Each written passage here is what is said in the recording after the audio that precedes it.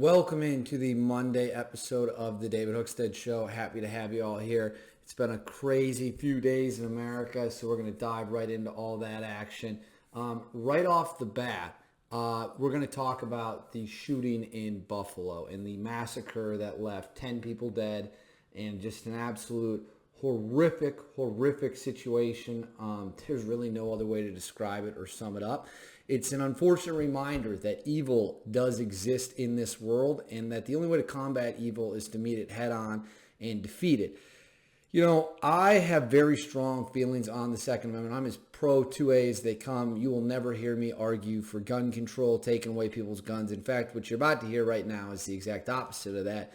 And that is that you have to recognize and you have to realize that is as hard as police officers try, and they try very, very hard to do the right thing, to be where they need to be and all that stuff, they're not showing up until the 911 call goes out. Your best line of defense and your first line of defense always in any situation where it has become dangerous, there could be bullets flying, there could be a robbery ongoing, whatever it might be, your best line of defense is you and the people around you. If you ever find yourself in a situation where you think someone might be shooting, you think someone might be about to get violent, your options are pretty simple. You need to put distance between you and that person. You know, get as far away as you possibly can, because the honest truth is mass shooters aren't hitting no moving targets, right? These are not Navy SEAL snipers. These are not military operators. They're not going to be able to take out moving targets at 300, 400, 500 yards. That's never going to happen. They might think they can. It's not going to happen. If you can't get away, then you got to hide. If you can't hide, then you have to fight. You have to close the distance. These are the basic. I mean, it is literally run, fight, hide, depending on the order you're in. And secondly, and I tweeted this last night, if you are legally licensed to carry a handgun and you are confident with your training and skill level, I don't see any reason why you shouldn't do it. Now, that second part is important. Be confident in your training. Be confident in your skill level. Be confident in what you want to do with that firearm. Don't just go down to Fleet Farm, pick up a 9mm, and now all of a sudden think that you're Billy Badass because you got a handgun. It's important, above all else, to train with any weapon you're going to carry. Train with any weapon you plan on ever shooting, whether that's a shotgun, an AR-15, a handgun. You should be very confident and comfortable with any gun that you're going to use. That's just basic common sense. You know, part of owning a firearm is personal responsibility. It is your responsibility as a firearm owner to know what you're doing with that weapon. I would never carry a gun that I didn't feel comfortable with in the process of using. Now, maybe I wouldn't carry one that I feel has too much recoil because I can't get a follow-up shot on. I wouldn't carry a gun that I felt I just didn't like the feel of, didn't feel like I was accurate with. And the other thing to remember is getting into an actual real-life shootout is not like going to the range, okay? It's not like shooting a paper target at a range whatsoever. Once your heartbeat starts going, your fight or flight instincts are going to kick in. You need to train like you're going to fight. You need to train for scenarios that are going to unfold, and you have to have the basics mastered. You know, a lot of these guys I interview, these American gunfighters, these former Delta guys, SEAL Team 6 guys, whatever, they constantly talk about the basics. It is the basics that are going to save your life in any gunfight, because when your mind goes on autopilot, that's what you're going to revert to. It's the basics that are going to, it's the baseline that you know that is going to kick in. So if you got great basics, you're probably going to have an edge up.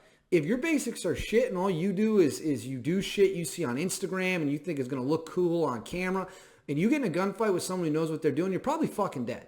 That's just the reality of the situation. And I know that there's a lot of people on Instagram who think they're awesome and they get all this attention for their gun photos and their training. Hey, look, I did an interview again with Bob Keller, but if you watch the first interview I did, he touched on this explicitly. It is get your weapon up, get sight picture, pull the trigger. It is not do a barrel roll, run around shouting things, and perform for the Instagram camera. That ain't going to save your life in a gunfight. If you don't have the basics down to a science, you're probably screwed. That's just the honest truth. Now, I'd rather have a gun and maybe not have the basics and not want to have it all.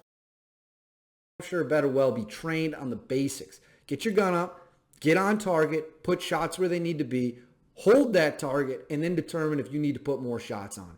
It is tragic. I wish we didn't live in an era where I have to feel like I have to tell people they need to be armed. But we do live in that era because there are evil monsters walking among us. This sick son of a bitch in Buffalo, they should have just mowed his ass down, frankly. I don't understand. I saw in the news they said that they came in and he had the gun to his neck and maybe he was going to commit suicide and they talked him down. Folks, if he's holding that weapon when the cops enter the breach, I assume weapons armed, I'm not giving him the benefit of the doubt at all because the context clues around me have told me he's already dropped 10 people, minimum. I mean, he's killed 10 people. I think he wounded more. I'm not giving him the benefit of the day. I'm not going to give him the benefit at all. He's holding that weapon when I come through the door. It is showtime. It is. You are putting him down like a sick dog because that's what you are when you murder innocent civilians. You are a sick, rabid animal, and you will be treated as such. So anyways, to sum it up, use your situational awareness. Use the clues around you to figure out what's going on. And make smart decisions. And if you're able to protect yourself and you can be armed with a weapon, be armed with a weapon. I'm dead serious when I say that. It is not rocket science whatsoever. All right, Nick Saban, to shift gears a little bit to college football. Nick Saban says that college football needs more parity, and it feels like we've lost that a little bit.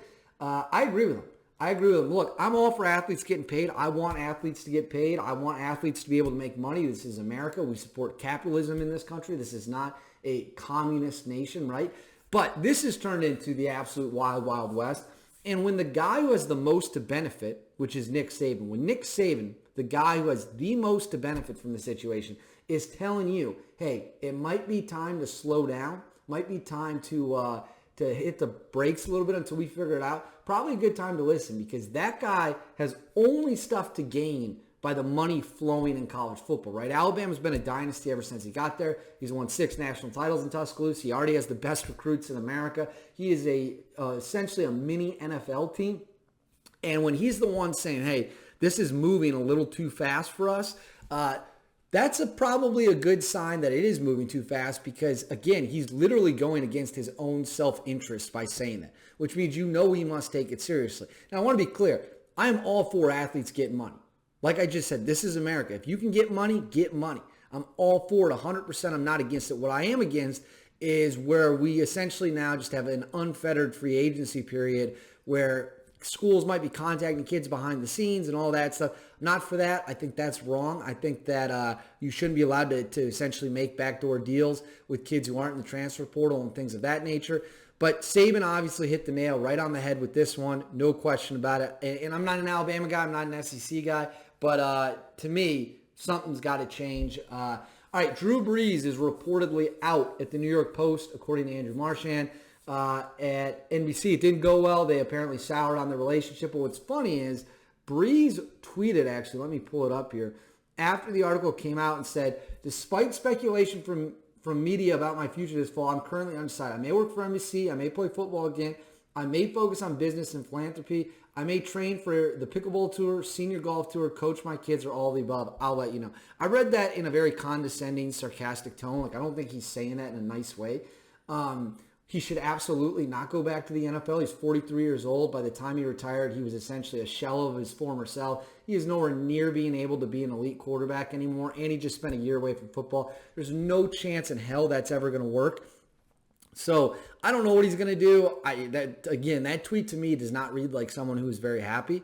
But Brees could certainly go to Fox. He could certainly go to CBS. Could certainly go to ESPN. If he wants to continue, his days as a football commentator are absolutely not over. It'll just be interesting. You know, not every job works out. Not every situation works out. Anyways, that's all we have for the Monday episode of the David Hookstead Show. If you have not watched my latest interview with the Delta Force guys, Bob Keller, Brian Gilligan, and Nate Dudley, I can't recommend it enough. Badass dudes, awesome interviews. Anyways, I will catch you all back here Tuesday for the next episode.